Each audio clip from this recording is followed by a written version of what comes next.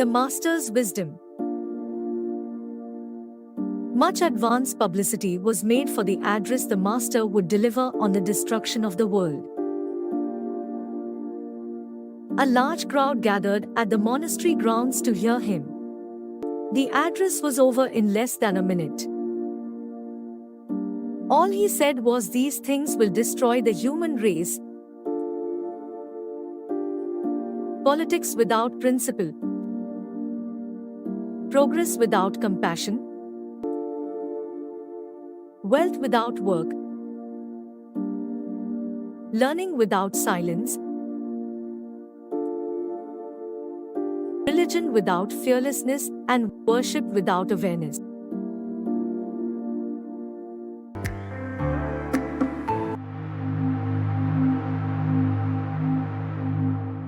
There once was a wise sage who wandered the countryside. One day, as he passed near a village, he was approached by a woman who told him of a sick child nearby. She beseeched him to help this child.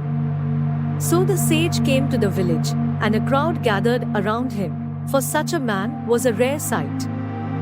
One woman brought the sick child to him, and he said a prayer over her. "Do you really think your prayer will help her?" "When medicine has failed," yelled a man from the crowd. "You know nothing of such things." "You are a stupid fool," said the sage to the man. The man became very angry with these words, and his face grew hot and red. He was about to say something, or perhaps strike out, when the sage walked over to him and said, "If one word has such power as to make you so angry and hot, may not another have the power to heal?"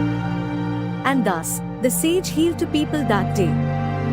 Language does have the power to change reality. Therefore, treat your words as the mighty instruments they are to heal, to bring into being, to nurture, to cherish, to bless, to forgive, says Daphne Rose Kingma.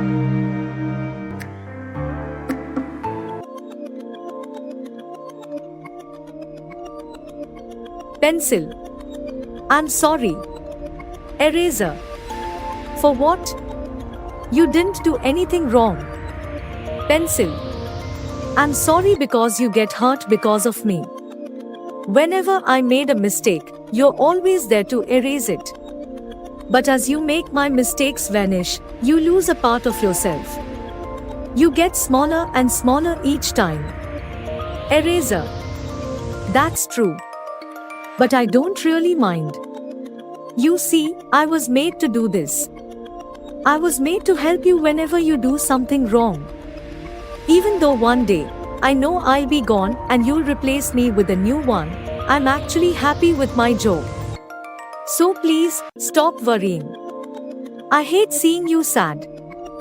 Do you find this conversation between the pencil and the eraser inspiring? Parents are like the eraser, whereas their children are the pencil. They're always there for their children, cleaning up their mistakes. Sometimes along the way, they get hurt and become smaller, older, and eventually pass on. Though their children will eventually find someone new, but parents are still happy with what they do for their children, and will always hate seeing their precious ones worrying or sad.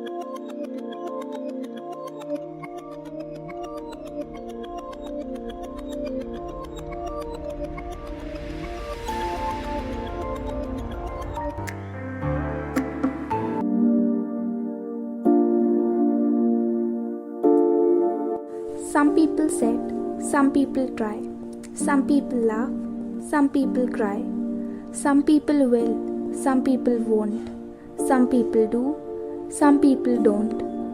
Some people believe and develop a plan, some people doubt, never think they can.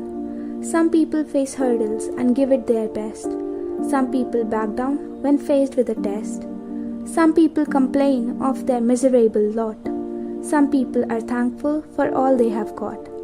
And when it's all over, when it comes to an end, some people lose out and some people win. We all have a choice, we all have a say. We are spectators in life, or we get in and play. Whichever we choose, how we handle life's game, the choice are ours, no one else is to blame.